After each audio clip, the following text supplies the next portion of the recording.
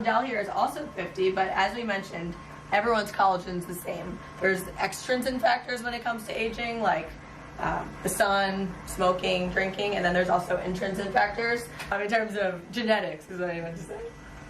So here we go. We're going to look at her platysmal bands, because as we know, this would be the deepest layer that a surgeon could treat if she were to get a surgical facelift on the neck.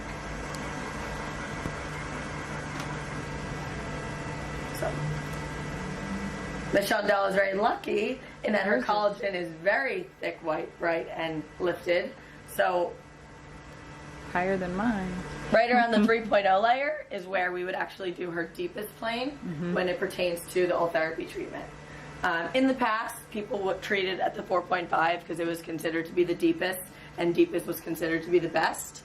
But through trial and error, we've learned as a company and as a product that by treating Shawndelle with the 4.5, all we would do is inflict unnecessary pain, and we wouldn't really be those collagen snipers, as I like to refer to it, where we want to be right on top of those injuries. Woohoo! My neck is younger than no other 50-year-old. Hey. Oh my God.